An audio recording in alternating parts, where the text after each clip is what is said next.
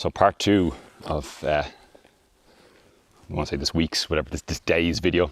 There is no structure to these videos. So I've talked about Formula 1 for over half an hour in the first part, so you can see how much I can ramble on about Formula 1. So if you weren't interested in Formula 1, you don't need to watch part 1. If you do watch part 1, thank you. But part 2 is going to be more about the world of the motor car. So I think the first thing, I can't not start this without talking about this Volt Wagon thing.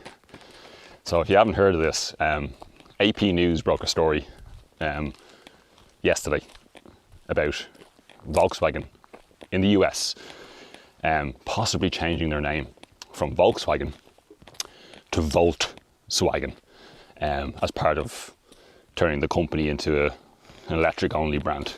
So it was a news story, but a leaked document, so pinch of salt. But then after that news story broke, the official firstly people were like, "This has got to be a leak about a planned April Fool's joke," which it's not April 1st yet, so hopefully it still is an April Fool's joke. But the official Volkswagen Twitter account then tweeted about it. It has to be a joke. I can't see such an established brand as Volkswagen changing their name. I know it's quite close to the original name. It's got to be a piss take. Volkswagen. We shall see.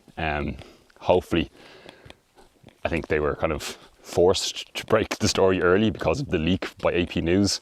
So hopefully come April 1st they'll go like, we were totally just kidding about that. Hopefully, because I'm going to stop talking about it now because it's making me very angry. I'm all for electric vehicles. I've no problem with that, and Volkswagen absolutely need to start making more and more EVs after Dieselgate and everything. But yeah, we'll see how that story unfolds over the next few days. But Volkswagen, fuck off.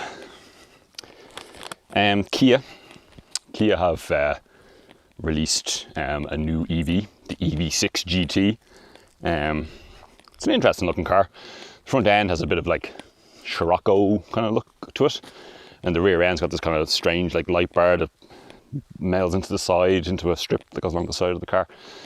It's a kind of a crossover-y sized thing, kind of Jag I-Pace kind of shape, lots of room on the inside, good packaging and stuff. 585 horsepower. They say you're able to rapid charge it from 10% to 80% in about 18 minutes. 316 miles of range. It's going to be about 60,000 sterling, so probably about 80 grand euro. But look, who pays the sticker price for cars these days? It's an interesting. Look, I'm not anti-EV. It's just they're one-trick pony. They're trying to look, wow, we're really fast, but until someone can really properly release a properly dynamic EV, it doesn't have to be all about how fast it goes and what its 0 to 60 time is, which for this is going to be 3.5 seconds or something. I don't mind if an EV has a 0 to 60 time of 8-9 seconds, but if it's fun to drive, if they can strip the weight out, because yeah. But anyway, I'm going off on a tangent there, but it's a nice move from Kia. It's a bit, it's expensive, but they're marketing it as a luxury car. And it looks cool. I'll admit it is a cool looking car. Different, because car design is getting quite generic these days, so to see someone take a different approach is nice. So yeah, hats off to Kia. They, bar that new logo Kia have, that can fuck right off. Sticking with the electric car buzz, this weekend we'll see. Sorry, I've got a runny nose. This weekend we'll see the first round of the Extreme E Championship. If you're not familiar with what Extreme E is going to be, it's this off-road rally raid championship of these bespoke electric rally raid vehicle. It's called the Odyssey 21. So it's a spec series, same chassis, same drivetrain, etc., etc.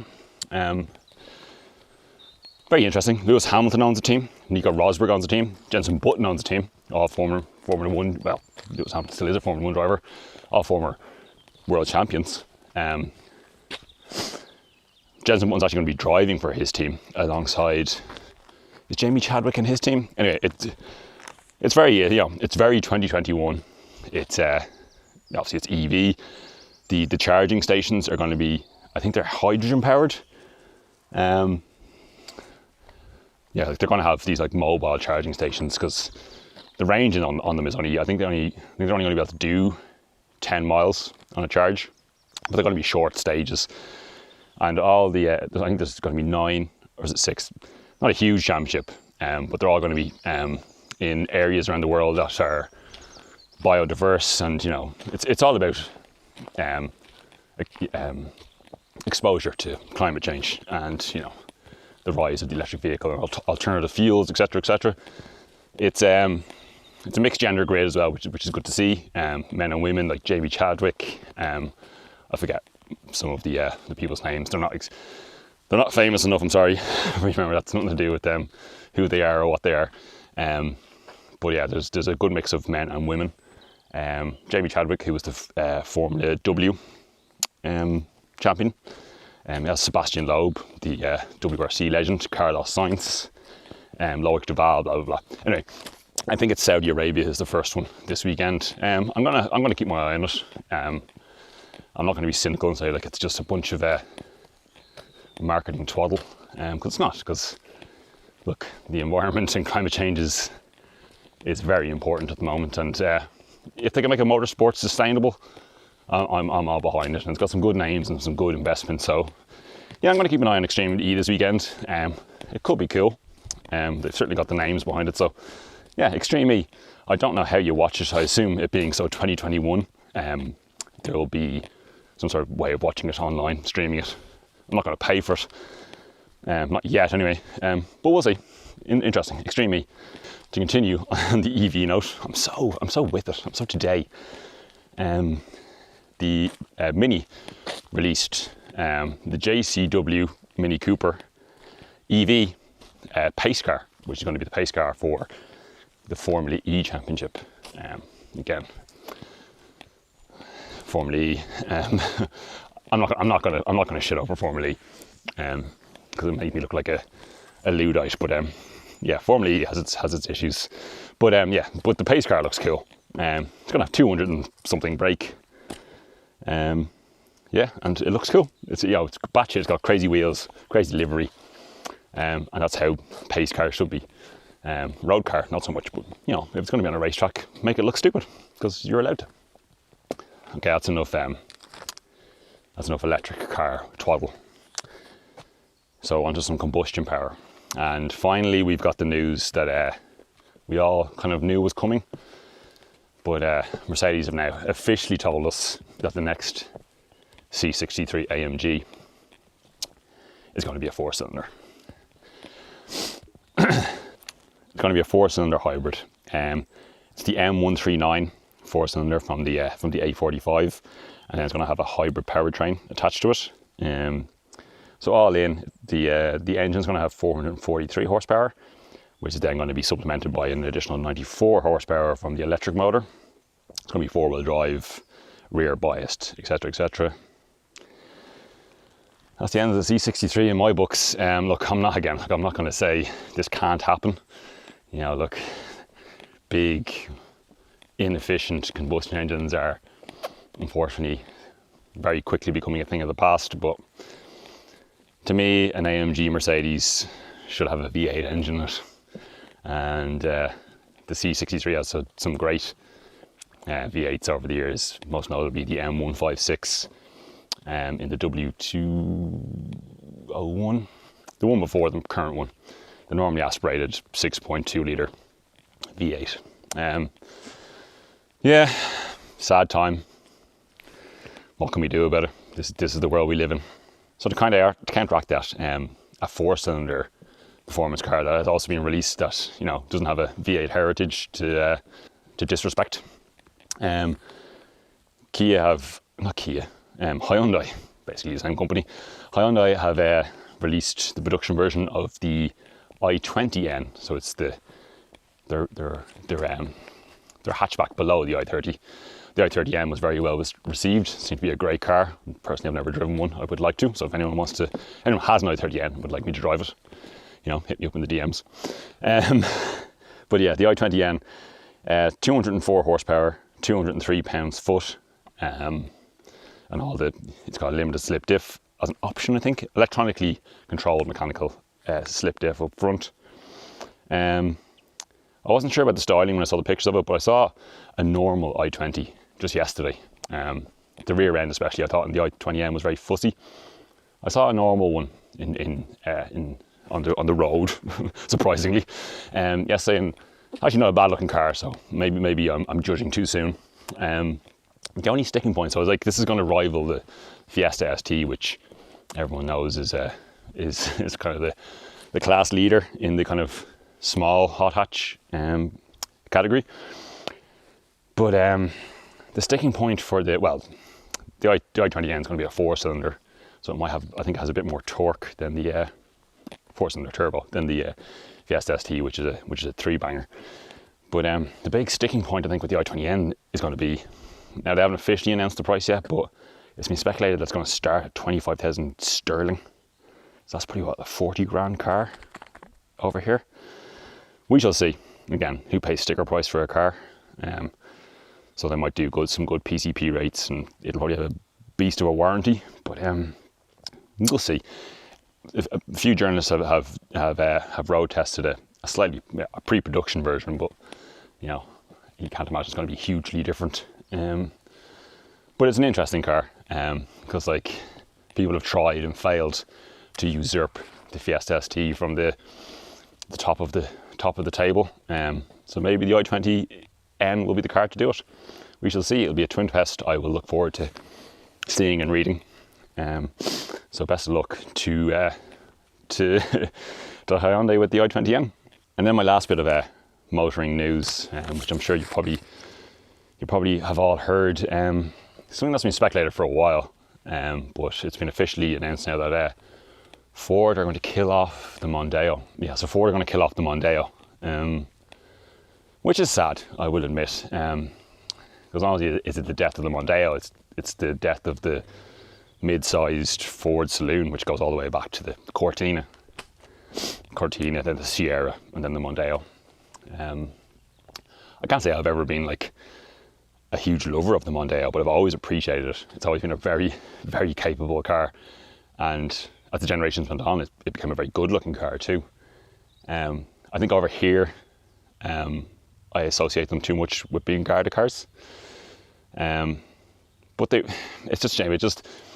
Not only is it a shame to see Ford kill such an icon, but also it just shows where the industry is going. And I'm not saying they could have made an EV Mondeo, that would have been fine, but it's more the fact that people aren't buying saloon cars anymore. People are all just buying crossovers and SUVs, which is sad because it's just making cars heavier, which is just it's wrong.